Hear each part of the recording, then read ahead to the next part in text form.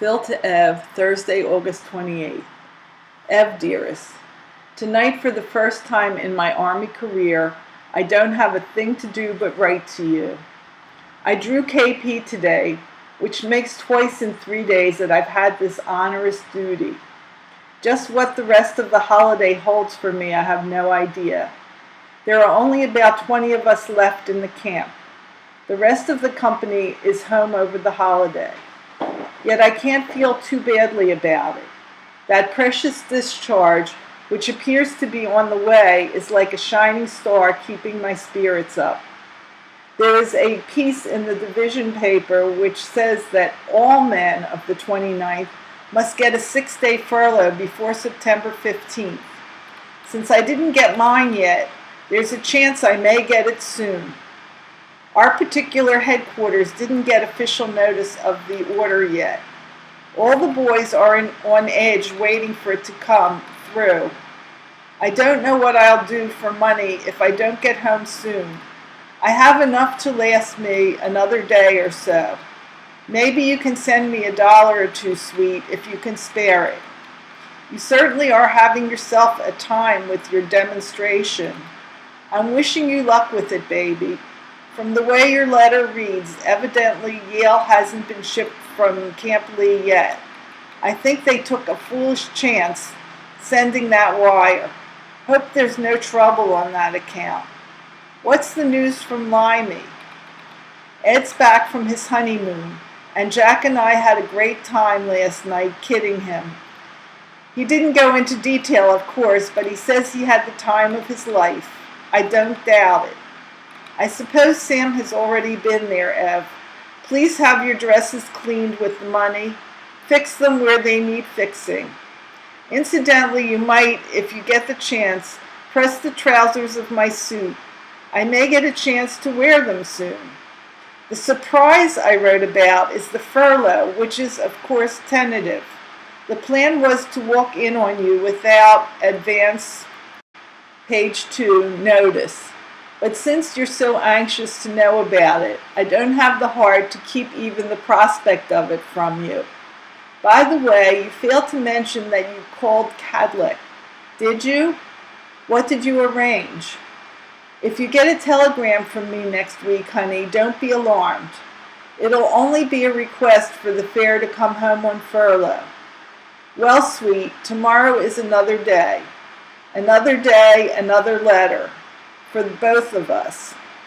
Until then, give my love and regards to all. As is my custom, I would like to close this with one little reminder of what you mean to me. So, close your eyes, sweet, and conjure up the nicest thing you can imagine. Got it? Very sweet and wonderful, isn't it? Makes you feel all good inside, doesn't it? That, my darling, is what I feel at the mere thought of you. Yours lovingly, Phil. Ev to Phil, August 29th, 1941, 8:10 p.m. My precious, I know you were disappointed when you failed to receive mail from me yesterday, but honestly, darling, it wasn't my fault. First of all, I was so busy that I didn't even have time to breathe, and when I was finally finished, it was too late. Furthermore, I was so tired I felt sick. Secondly, I asked Jack to write so you would at least receive mail, but he neglected to do so. Under the circumstances, I think it is excusable. I woke early yesterday, and after reading your spirit-lifting letter, proceeded to clean. I cleaned this joint from hull to stern, and I ain't kidding. It fairly shone with cleanliness. Then I went shopping. By that time, page 2, it was almost 5 o'clock. I combed Mom's hair and prettied her, and believe me, she looked so sweet that everyone at the demonstration raved and raved. We had supper. Mom took care of the dishes, and I dressed. I, too, drew favorable comments on my appearance. As soon as I dressed, I set about folding napkins and fixing the refreshments. Everything was super delish. The demonstrator and her witness arrived at 8 p.m. and began arranging the display of merchandise. It was 8:40 and no one was here except Mrs. Booker, who finally managed to show up. I used Mrs. Greitzer's phone and called everyone. I had 10 women, but I still don't know how. We sold, page 3, $10 worth of merchandise, much to my surprise.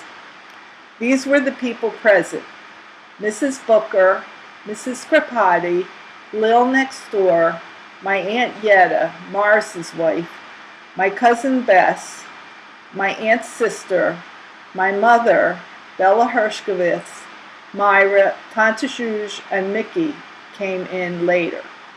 Lil Levy came with another girl and some fellows. I couldn't see any sense to having them wait about, so I told Lil to go and have a nice time. She was reluctant, but left. My mother bought $3.50 worth of merchandise, including a brush puff for me, 59 cents, and what's more, she won the door prize. It's a serving spoon and fork. She's also giving me the door prize. Page 4. My mother is having one September 11th. I forgot to mention that my mother was responsible for the appearance of my dear aunts. I landed in bed at 1 and lapsed into a troubled sleep. This morning, for some funny reason, I was doubly anxious to get your letter. Mom was so happy she started to cry. I felt calm and victorious and so happy. I called Mr. Freed and told him you would definitely be discharged, although I did not know the exact date. I called Mrs. Westing, and she has not heard anything about your discharge. I told her the good news, and she said sometimes they do not inform her if the discharge is approved or disapproved. I don't have to call her anymore except when... Page 5, you are out of the Army for good. She said she would appreciate if I called her so she could get the glad news first class. Sam was over with his wife and the $14. Thanks, baby. I'm going to deposit it on a 41 Buick, black and gray. Then you can have it and the monthly payments too. Edna said, I wish I were in your shoes. I can't believe it's true. The reality will be realized when you are by my side. I can hardly wait. Today marks your 4th month in the Army and your last as far as I am concerned. I adore you, my sweet, loving husband, and it appears that the V in our love stands for victory. A. Page 6. Glorious, sweet victory. Good night, honey, and you are included in those sweet dreams of mine. Your loving Ev. P.S. You can decipher the above. It's specially for you. P.P.S. I'll try to get some stamps. If I do, I'll enclose them. If not, well... This is what she was referring to as above, and it's a translation of a Yiddish note that Phil's mother wrote to him. My love and dearest son, I can write to you and hope today is a happy day, and I am elated from reading this letter with your good news. We will count every day and every hour until you come home. The idea that was given from you is very good. That you got the guarantee today were God-given words. Mother. Mein lieber und teurer Sinn, ich kann dir schreiben, als wir haben heint sehr schön erfreulichen Tag und wir sehen gewähren sehr glücklich lernen dann Letter mit dir gute Neues.